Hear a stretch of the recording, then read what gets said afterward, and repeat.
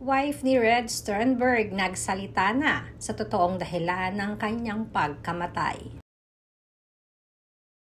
Kamakailan lamang ay kinagulat ng napakaraming netizens lalo na ang mga batang 90s sa balitang pagpanaw ni Red Sternberg. May 27 nga nitong nakaraang buwan nung kumpirmahin ng kamag-anak ni Red Sternberg sa isang social media account ang kanyang naging pagpanaw. Si Red Sternberg ay sumikat noong 90s sa TV show na TGIF at mga ilan pang movies kung saan ay kasama niya dito sina Angelo De Leon, Bobby Andrews, Raven Villanueva at Juan Mig Bondoc.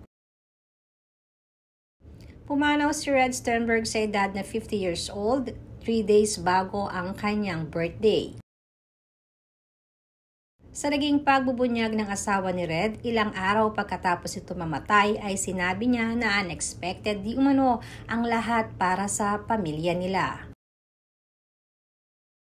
Dahil natagpuan na lamang niyang nakahandusay sa floor itong si Red sa kanilang bahay, May 27, nawala ng buhay dahil na rin sa heart attack. Ginawa pa niyang itry na i-revive ang asawa at tumawag ng 911 subalit hindi na ni-revive pa si Red. Naging shocking ito para sa mga kaibigan ni Red Sternberg lalong-lalo na ang naging malalapit sa kanya. Katulad na lamang ni Angelo De Leon, Michael Flores at Bobby Andrews na siyang naging close talaga ni Red Sternberg kahit wala na ito sa showbiz.